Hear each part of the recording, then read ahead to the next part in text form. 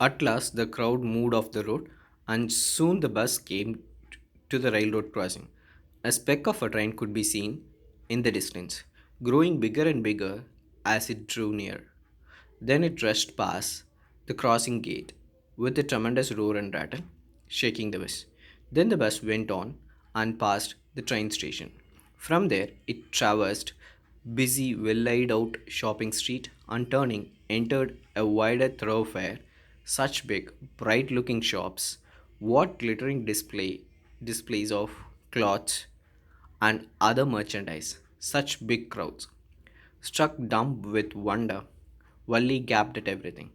Then the bus stopped and everyone got off except Wally. Hey lady, said the conductor, aren't you ready to get off? This is as far as your 30 pies takes you. No, Wally said. I'm going back on the same bus. On this same bus. She took another 30 pies from her pocket and handed the coins to the conductor. Why? Is something the matter? No, nothing is the matter. I just felt like having a bus ride, that's all. Don't you want to have a look at the sights now that you are here? All by myself? Oh, I would be much too afraid.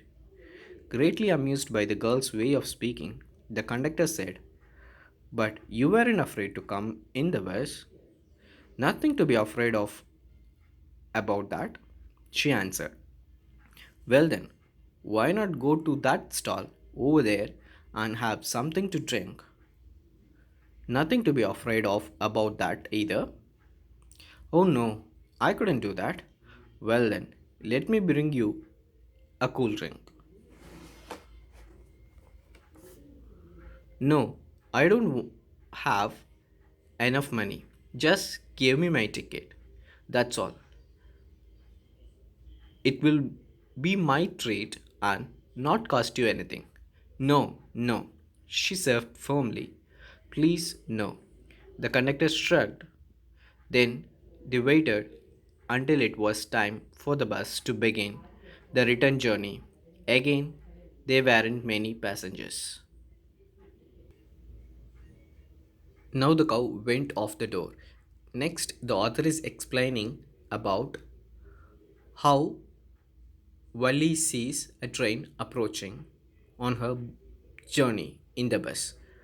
For her, at a distance, the train appears to be a spot, and it started growing bigger and bigger when it approaches the bus. And while it was crossing the bus, it was making a hell a lot of noise, and it makes the bus to shake when the train crosses.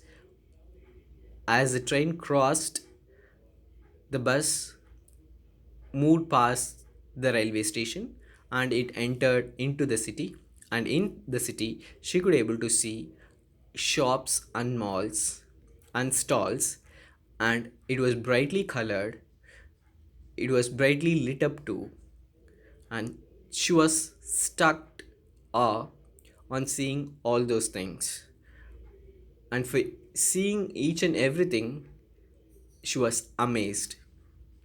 And when the bus reached the bus stop, everyone got off except Wally. And the conductor said her, this is the place where your 30 pies can take you to. And he said, don't you want to go out and see the sights? She said, I don't want to go and see the sights. Here is my 30 pies and give me my return ticket. And the conductor asked her again, why don't you want to go out and see? And she replied, the only wish I had is to travel in a bus. I don't have any wish to go for a shopping or to see sights in the city. And she also said, I'm little afraid too.